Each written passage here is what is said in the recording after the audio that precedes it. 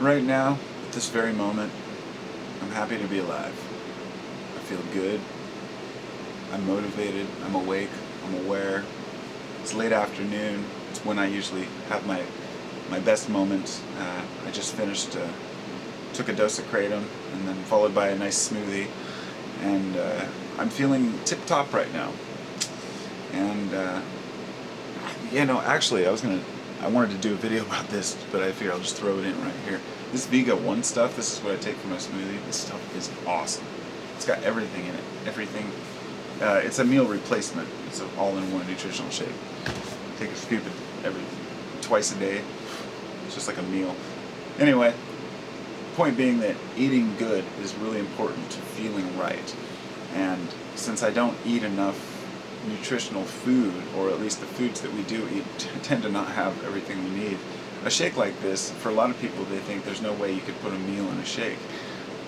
One of those shakes is healthier than a full meal. It's got something like 4 eggs, equivalent protein to like 4 eggs, and 3.5 cups of blueberries, 1 cup of yogurt, 7 grams of fiber, minerals, fruits, vegetables, spirulina, chlorella, blah, blah, blah, blah, 20 grams, same as 3.5 eggs.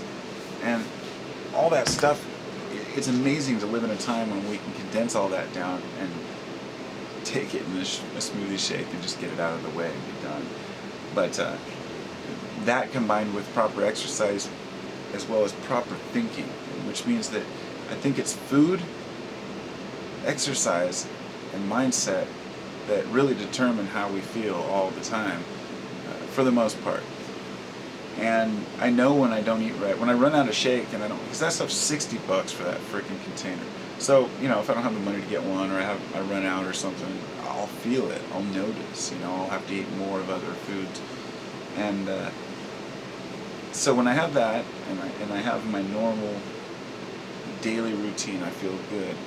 But I have to actually have the mindset too. And the mindset involves having something to look forward to. Like I was saying in a video the other day about having, I've always said that having vacations, having daily vacations is what I call them, are really important. You have your yearly vacation to look forward to. You can also look forward to, let's say some people drink on the weekends, or maybe they smoke pot on the weekends, or maybe they just go rock climbing. Whatever you do, they have something that they look forward to doing, going out with their friends, whatever it may be. And then you have a daily vacation, mini ones, like a cup of coffee. And then people have like hourly vacations, which are like, cigarettes and those kind of things. And although all this is a mindset and a routine, and getting that routine set to where we're doing ourselves right is important. Having something to look forward to gives us the drive to want to move forward.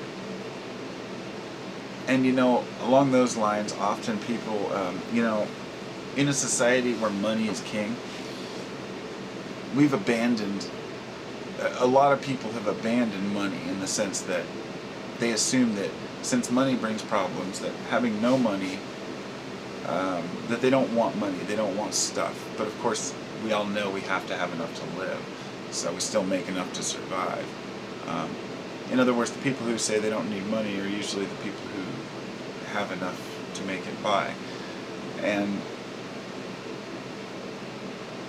that's part of the mindset, is having enough money to survive, to be able to pay for the things that we want.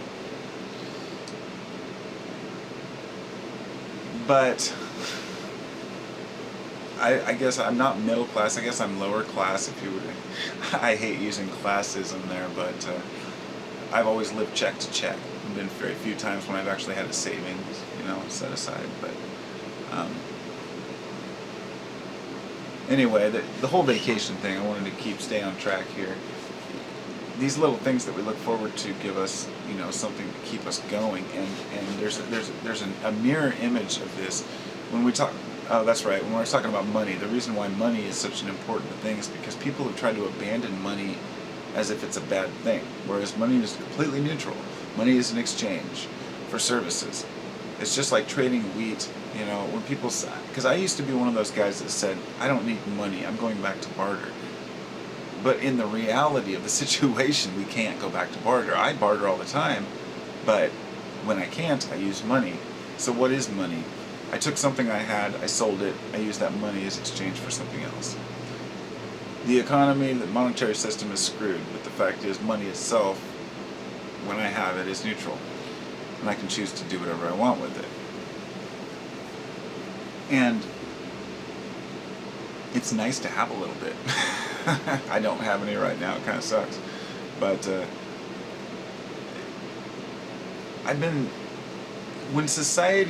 when we look at society today, we look at what's going on around us, it becomes so overwhelming because it appears that everyone's just out to make money, that no one cares about people anymore.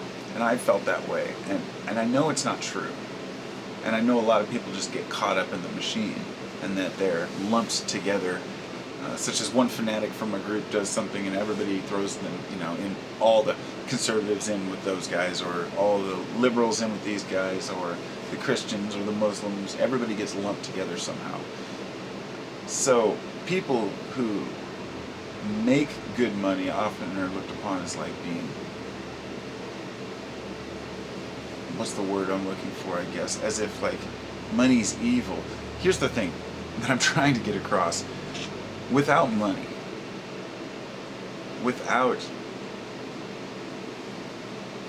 the reward of having money or services or goods, people would not put forth the effort they do to develop, create, and invent things. This is why the free market works. This is what capitalism is, because I've always been very opposed to capitalism up until about the last 5 years, when I understood, after hearing it through the worded properly, what capitalism really is, or what it was really intended to be. To let the free market decide who makes money and who doesn't. It gets abused. The system's imperfect because of people, but the system itself is what's brought apart all the creations, inventions. Somebody makes a great invention, scientific breakthrough, and people say that should be given to the world free. Maybe so, but let's say you spent 40, 50 years of your life working on a free energy device. You spent everything you had. You lost your family, you lost your life savings, you dumped everything into this thing. And now you have it. And you can go out and reveal it to the world for free, or you can patent it and make money off of it. Obviously, when you're that old, it's probably not going to matter, but you see the point I'm making is that the incentive is what makes development happen. Now, you take away the incentive and you have socialism. In a socialist society, people just basically make it by.